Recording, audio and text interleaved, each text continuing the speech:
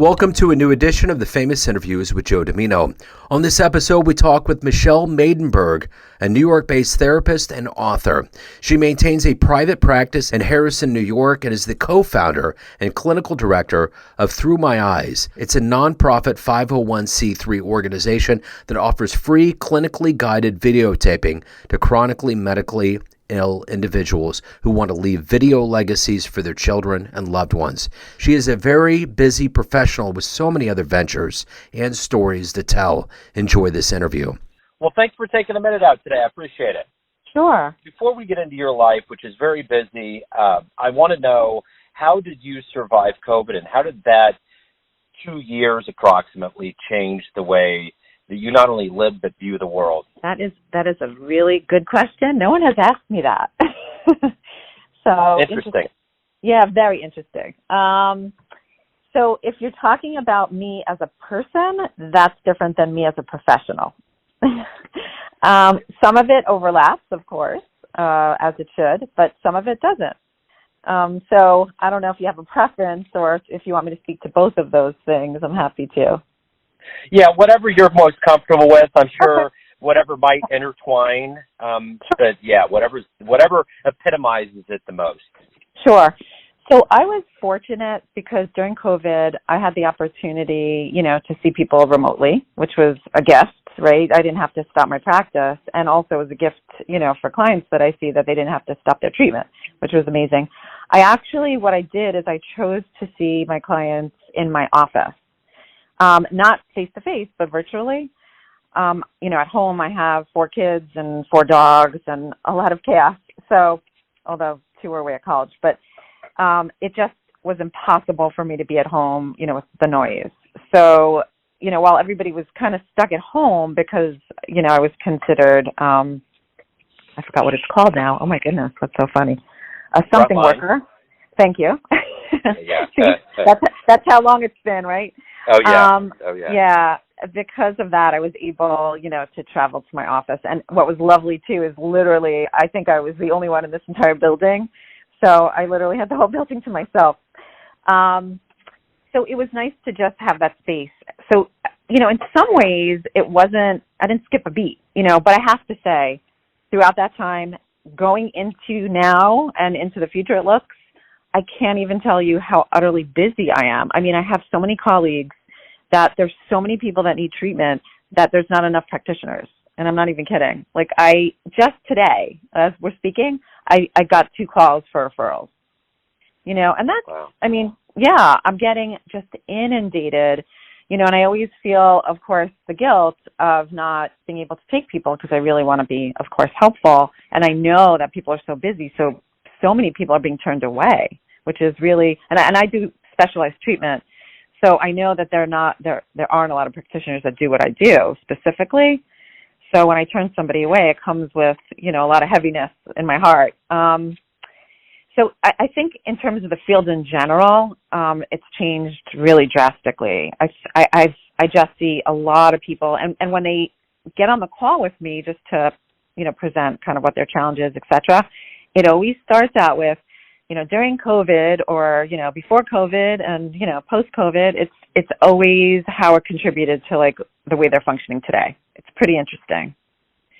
Particularly I think for kids, for young adults, and, for many adults too, but particularly for like, kind of the young adult age group. It's been really, really, really challenging. Yeah. So that's I've definitely seen a shift. I am still seeing people primarily remotely. I do see a lot of like really pretty extensive trauma, both like complicated, and complex, and then also single incident trauma. So, there are, I would say, several people that I have come in because of the extent of their trauma, that it's more conducive for them to be here. But otherwise, I'm seeing really everybody else remotely. So that's changed a lot. So for me personally, it was, I have to say, it was pretty life-changing and momentous for me on a personal level. I'll disclose this to you because it's kind of public, but, I'm going through a separation with my husband right now. And I have to tell you that the impetus, I think that brought it to the forefront was COVID. And I know that's true for many, many couples, unfortunately. Spending so much time together, where you wouldn't, where you might repress certain things or it might not be readily available, kind of in your consciousness, really brings things to the forefront when you're with each other. So, on such a continual daily basis. So that's been, and I happen to have been writing my book, which I just published last, a couple of weeks ago. And going through the process of both being in that circumstance and also writing my book, it really led me to really consider like where I'm at personally, professionally. I did a lot of like major soul searching, and I've been doing my own treatment, which, I'm, happy to be in right now as well. So it's been a huge, huge life transition for me in a lot of ways. Sure. So I know on paper, you're a physician and an author, and there's so many other things that are going on with you. So I'm going to take you in front of a career day with third graders, and I'm going to have a kid look up at you and ask you, what do you do for a living? And how would you respond? I wouldn't, for a third grader, I would say that, sometimes people have a lot of, difficult and challenging, thoughts and feelings that come up that make them very uncomfortable. Like when you're kind of feeling angry or when you're feeling sad or when you're feeling frustrated or disappointed. And I really help to listen to them very, very, intently. And I help them to problem solve when they have to make decisions. And I help them, to really understand how they're thinking and feeling so that they could, be happy and joyful and live a really, really wonderful life. Talk to me a little bit about your childhood. How did you get this motivation to become a physician and to become a writer and to do these things that you're doing with your life? Right. So just to clarify, I'm not a physician. I'm a psychotherapist, but, I do have a PhD, so it is a doctorate. But yeah, I'm sorry. No, that's okay. Just people get confused by that, so I just wanted to clarify. But sure. So I had a pretty challenging, childhood, I would say. My parents divorced when I was 3. They married really young. My mother was 18, my father was 19. They had me a year later, and then they had my brother 14 months after that.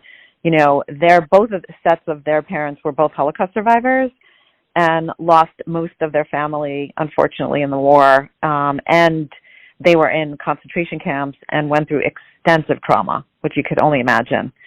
So there was a lot of intergenerational trauma. So it kind of set them up, obviously, to have, maybe a difficult, intimate relationship with themselves, and then also have difficulty in their parenting. Kind of comes with the territory, right? So there was a lot of like upheaval and turbulence. So much so I went to 5 different elementary schools, which is pretty extensive. I was always had to be the new kid at school. I constantly was, uprooted, and it was very difficult on me emotionally, which you could imagine. So it wasn't until I would say probably around high school or late middle school that I finally was grounded in one school, and completed through high school through one specific school. But, throughout the years, I always found myself in a position of being, sort of like a parentified child, like pseudo-mature. My friends weren't going through things that I was going through at the time, which you could imagine. And I always found myself in that kind of caretaking position, being the listener, being the person who offers advice and feedback. And I felt like in some ways, I had to parent my parents, so it was a rocky road. And, when I was, which I still marvel at this. I don't even know like what brought me to it, but I remember when I was in college, going into graduate school, I think it was, and I took out student loans to go to graduate school. And I took part of my student loans and I actually got therapy. I used my student loans, to get my own therapy, and which I think, looking back, I'm amazed that I did that. I don't know what, kind of compelled me to do that, to get into my own treatment and to really have the motivation to do that. But I did, and it was so helpful and important for me and really compelled me into I had really great, I always had like a pseudo mentor as we look throughout my life, or somebody who took a special interest in me, or somebody who encouraged me. And it tended to be an older woman. In my book, actually, in the dedication, I dedicated the book to all I call them women warriors, and included is all these women who kind of mentored me throughout my life. And that was really integral to my development and to my maturity. So I was fortunate in that way because I was resourceful and I sought out what I needed. And the other thing that I did also, I was very social, which was great. And I always had an intimate relationship from a very young age, and I'm not talking about sexually, obviously, but more, emotionally intimate. From when I was 13, I had boyfriends, 3-year relationships, 6-year relationships, people who were just very nurturing and caring. And I was also fortunate because I happened to appreciate really nice guys who treated me well and who were kind and caring and encouraging and nurturing. I wasn't into the bad boys or whatever the case is. And that was important too. So I always felt loved and nurtured and encouraged, which was nice that I was kind of resourceful in that way. So you kind of mentioned some mentors. Who would you consider a hero for you? Someone that you've consistently looked up to? You know what? There's so many of them. The only one who's coming to my mind right now is there's a woman who, she died about 2 years ago from lung cancer. And, she considered me her best friend. But she was 99 years old. And we connected at the gym.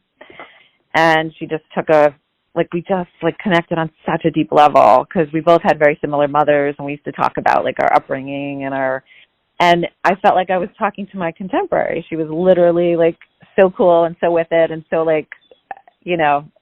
amazing. And we just, and I spent endless hours just talking to her and visiting her when she was sick.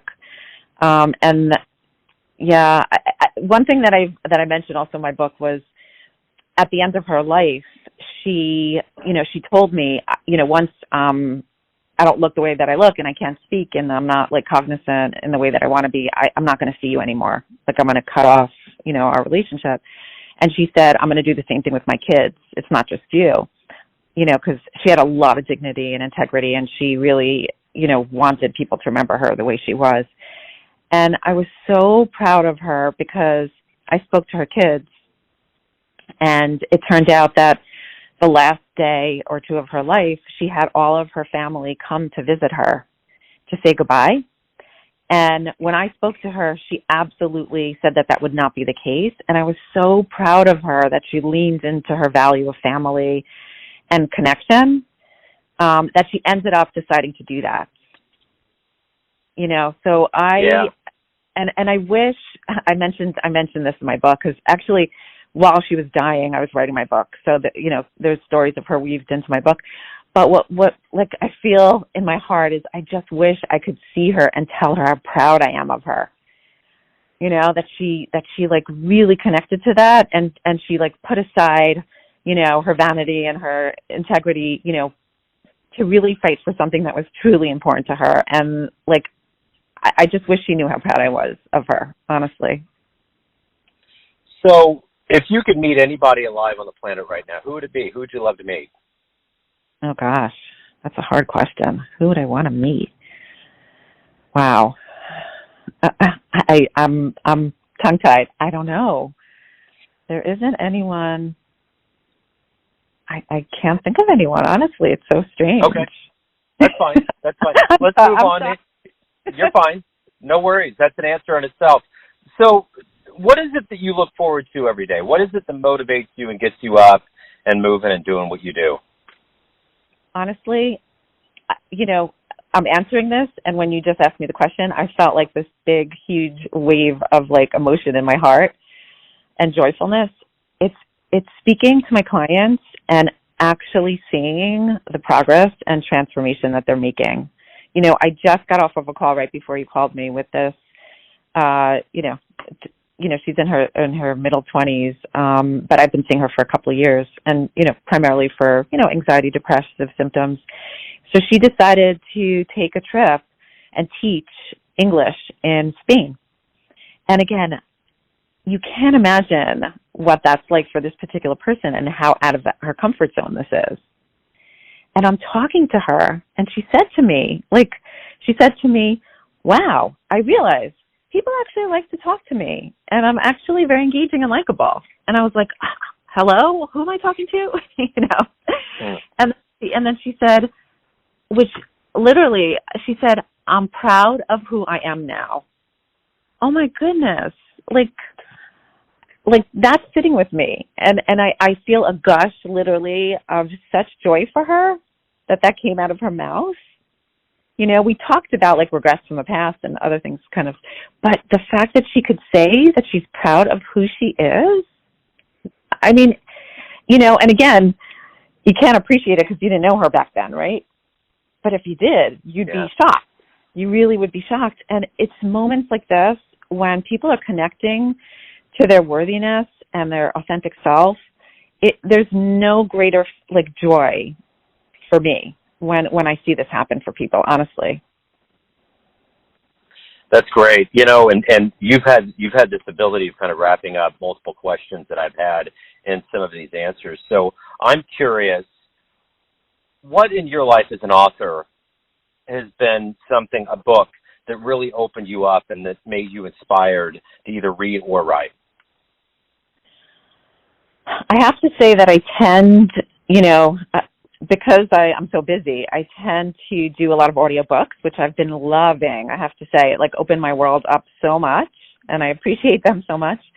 But I tend to lean more towards mindfulness kind of based books because I really appreciate them and they really get me grounded. And I also, obviously, it lends to my practice and the work that I do. But, a book that I read, Radical, there's, Tara Brach and Kristen Neff, and Radical Self-Acceptance and Self-Compassion. Those two books really, really changed my life, I have to say. And a lot of it is in my writing and reading and, but, and I also listen to a lot of Tara Brach and Jack Kornfield, their podcasts. And again, these are, people, who are obviously meditators and mindfulness kind of practitioners, but they really the words that come out of their mouth are golden. I literally kind of hold on to them because they're so powerful and they stay with me. So everyone out there has a perception or an idea of who they think you are, your family, your friends, your clients, your readers, but ultimately you live your life. What's your perception of you? Who do you think you are? That's a great question. Nobody asked me that. Nobody asked me that either. I'm going through a journey right now. I mean, I'm always going through a journey, I have to say, but I truly feel connected to myself in a way that I haven't ever before, which I'm proud of. And I think what's making me really feel that way, I'm getting teary-eyed, is, wow. I didn't expect that. I think what's making me feel that way is really, really lowering my defenses and really accepting who I am. And when I say accepting, I don't mean all the joyful, wonderful things about me. I'm talking about the good, the bad, and the ugly. The real ugly. And those, and it's interesting. I'm saying ugly, but I never call them ugly because I think every part of us is wonderful and they serve a purpose and they're, guides in some ways. But the part of me that could be very rigid, defensive, the part that always has to make sure that I'm in control of things and, ensure my safety. And that's something, that is a coping, mechanism. And that's also a strategy that I used when I was growing up that I don't need anymore, but I still gravitate towards it because it's the familiar and it's the comfortable and it's what helps me feel grounded. So I'm really striving and trying so hard to really go out of my comfort zone in those ways and take responsibility for when I'm being judgmental or I'm being, too controlling or when I'm being critical. And that, I really pay attention to that now more than ever.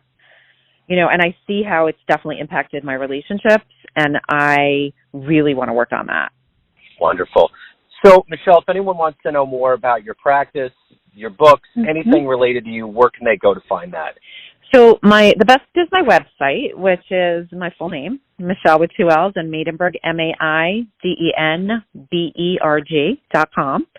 And my new book that just came out is called Ace Your Life, Unleash Your Best Self, and Live the Life You Want. And ACE is predicated under the pillars of acceptance, compassion, and empowerment. And it's a model that I use and I came up with and created, and I'm very proud of. It's my life's work. I have a YouTube channel where I record guided meditations. I'm a Psychology Today blogger. And I also have a nonprofit called Thru My Eyes, THRU, which offers free clinically guided videotaping for chronically medically ill individuals who want to leave a video legacy for their children and loved ones. I know that's a mouthful, but I do a lot of different things, yeah. Absolutely you do, yeah. Michelle, this has been great. Thank you for opening up, and good luck with everything. I appreciate it. Thank you so much. Have a great rest of your day. Nice to meet you. Thanks for tuning in to another famous interview with Joe Dimino, where we cover the world of art, literature, and music around the globe. If you want to hear more interviews, go to the Famous Interviews with Joe Dimino YouTube channel. Thanks again for listening, and until next time.